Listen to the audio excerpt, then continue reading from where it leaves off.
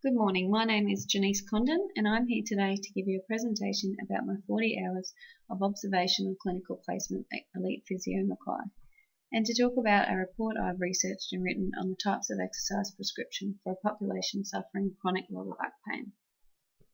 During my presentation I shall explain the following about my clinical placement, workplace background, population, tasks completed, student contribution, learnings and skill development, and a reflection, and give you information about my introduction, methods, results, discussion, conclusion, practical implications, and questions at the end for my report that was researched. At Elite Physiotherapy Mackay, they treat all areas of the body, necks and backs, sporting injuries, women's health, neurological conditions, and even jaw pain. They have a real-time ultrasound machine so you can see your muscles working. They do a full body biomechanic assessment of walking and running. They are the only clinic in Mackay with 3 state-of-the-art Pilates reformers. And they also offer the Bounce Back program, which is a highly researched and proven back, hip, neck and shoulder rehabilitation program. They offer dry needling and acupuncture, kinesio taping, exercise programs, falls prevention, hydrotherapy and remedial massage. The practice is owned by Gabrielle Maurice, who specialises in women's health. However, she was away while I was on my placement, so I worked alongside Glenda Walters. Glenda has worked in a number of practices, gaining experience in musculoskeletal issues, Pilates, sporting injuries, and Indigenous health. I also worked alongside Camille Gurung, and she has worked extensively field-side with several rugby teams, as well as represented badminton teams in New Zealand. The types of population that I observed while on my placement were patients coming in experiencing chronic lower back pain, hip and knee pain, shoulder and or neck pain, and older patients receiving exercises to prevent falls and improve their balance. Patients of all ages came into the clinic, anywhere between 18 and 93, and they see male and female patients. They also see a couple of patients with diseases. I observed one diabetic patient, and I also got to observe a patient with TMJ. I shall give you 2 different examples of patients that I observed while on my placement. I observed a male in his 30s. He came into the practice experiencing chronic lower back pain. They used the real-time ultrasound machine to view his muscles, and this machine is used to view core stomach muscles, deep hip stabilizers, pelvic floor muscles, rotator cuff, things like that. And when you can see them working or see the problem, you will be able to understand your exercises better. So the ultrasound machine was used to view this patient's abdominal muscles, and it showed good activation of his transverse abdominal muscles, which is very important in patients with chronic lower back pain. So Camille suggested to put this patient on a Pilates program, and Pilates is a great way to improve your strength and flexibility all at the same time. The practice offers 3 combined reformers and trapeze towers that give the patient the extra challenge and allow them to strengthen in a variety of different ways and positions. And they also do some mat work, which the patient is able to take home with them and do at home. So another patient I observed was an elderly lady who wanted to gain confidence in her balance and regain strength to prevent falls. The patient also suffered slight knee pain. So they did a full body assessment of the patient's walking, and it was discovered that the patient does not need to use her walker as much as she thinks she does. So while she was at the physio for appointments, she was prescribed exercises walking up and down the hallway there without her walker, and exercises prescribed at home was using a chair going from sitting to standing position, like a guided squat technique, to strengthen the thigh and glute muscles to stop strain on her knees, and simple walking up and down around her nursing home using her walker, at least 200 metres a day, to build aerobic fitness and leg strength. During my placement, I mainly did observational work the entire time. However, I did get to participate in a Pilates class to get an understanding of muscles, the muscles that these exercises activate. I also ensured I was contributing by helping to prep the room for the next patient, ensuring hygiene practices, getting equipment needed and throughout the appointment, like stretch bands, weights, the ultrasound machine, and changing weight and resistance on the Pilates machines. And I also contributed ideas of exercises that clients could use after they were treated. During placement, it was interesting to see how the ultrasound machine is used to ensure muscle activation is present. This puts into perspective the importance of how the abdominals stabilise the trunk, and if they are unstable or weak, it can lead to back pain. So I also enjoyed gaining knowledge about the elderly patients and noticing that a lot of elderly patients do struggle to maintain balance and things like that as they get older. So it's quite important to just prescribe a few regular gentle at-home exercises, and these may help elderly enhance their coordination and decrease their risk of falling.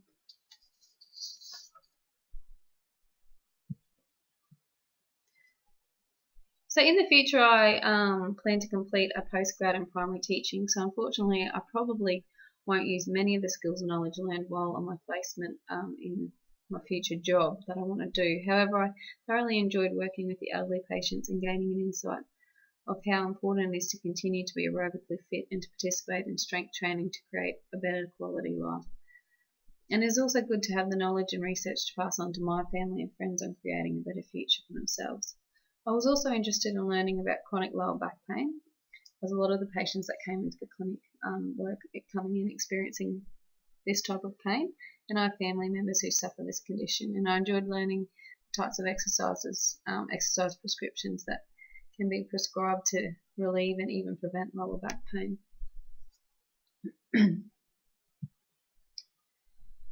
So I'll now begin to talk about my report, Exercise Prescription for a Population Suffering Chronic Lower Back Pain.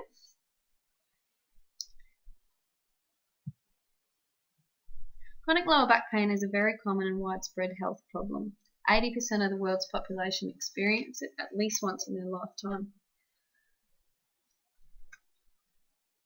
There are many approaches and methods of treating chronic lower back pain, and in scientific literature there is evidence that activate approaches such as strengthening of the abdominal and back muscles, core stabilization, coordination exercises, general training or aerobic exercises reduce and improve functional ability. Regular aerobic activity is also known to have many advantages on improving functional status, pain, depression, mood and fear of movement. And other alternative managements for chronic lower back pain are also aquatic exercises, Pilates, and even ball exercises on the doing your core strength on exercise balls, or stability balls. So the aim of the study is to understand that exercise is crucial not only to reduce pain of chronic lower back pain, but to improve better quality of life. So the study was conducted to research exercise prescription for a population with chronic lower back pain. While observing at Elite Physio Mackay, exposure was made to a wide variety of different populations coming in experiencing this type of problem, and due to the large amounts of patients suffering from this, I took an interest in investigating how this population can prevent and improve quality of life through exercise prescription.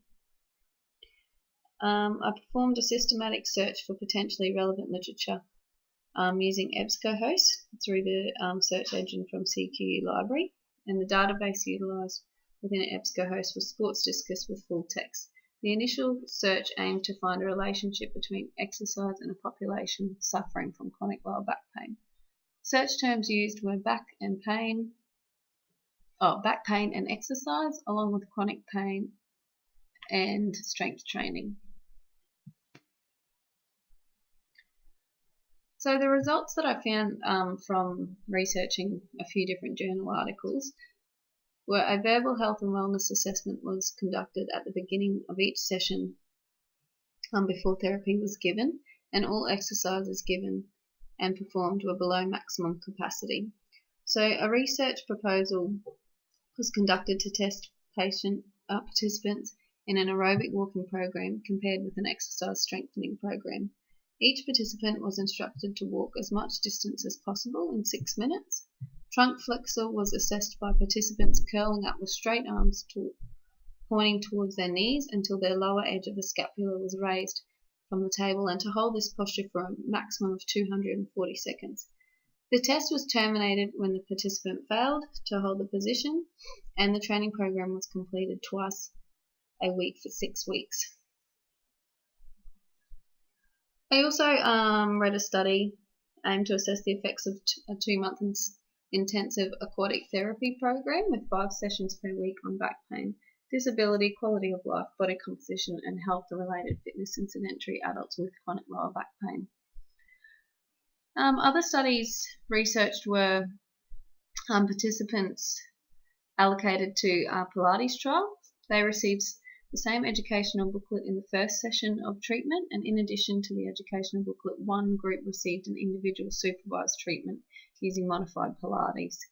The Pilates group received a 1-hour session twice a week over 6 weeks, and these exercises followed the traditional Pilates principles of centering or contracting deep trunk muscles known as the powerhouse muscles, concentration, control, precision, flow, and breathing, and the exercises were aimed at improving spine and pelvis mobility. I also read articles on about treating or preventing lower back pain through exercises using using stability balls, so strengthening your core muscles and improving that stability through there. So the discussion within my report. The study that assessed the effectiveness of aerobic walking program compared with a strengthening exercise program.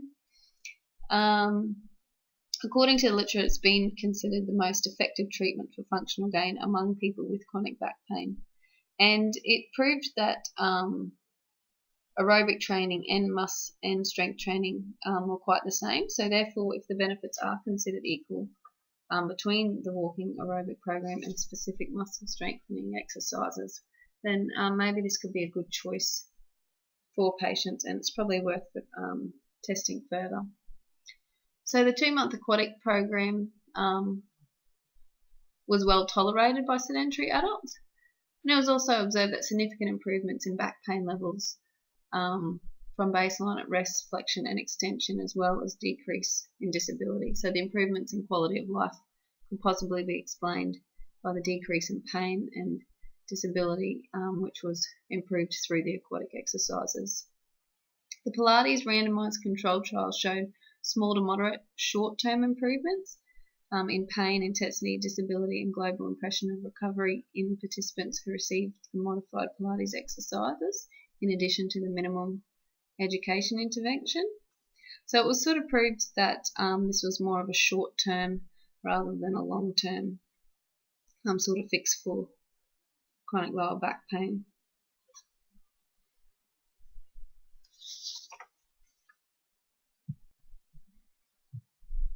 So in conclusion, low levels of physical fitness are associated with back pain and disability and generating reduced quality of life. Evidence has shown that exercise can decrease pain, disability, time off work and increase quality of life. Lower back pain is related to not only, it's related to your core instability, and therefore core stability exercises that can effectively improve the lumbopelvic instability are thus central clinical rehabilitation with patients with lower back pain and core instability. So it's very important to have a strong core to connect to your trunk to prevent your chronic lower back pain. So these functional strengthening and aerobic based exercise recommendations are easily sustainable, and they're specifically designed for a population suffering chronic lower back pain. And physiotherapists and physiologists may use these and even modify versions to produce further core stability and lower back strength to enable optimal functional performances. So the exercise prescription involves strengthening of the abdominal and back muscles, core stabilization, coordination exercises, general training or aerobic exercises to reduce pain and improve functional ability in patients that are experiencing chronic lower back pain. So I'd like to thank you for listening today, and I have a list of references which can be obtained. I haven't attached them to the slides because there's would have made an extra 4 slides on my presentation. So if you have any questions, just let me know. Thank you very much.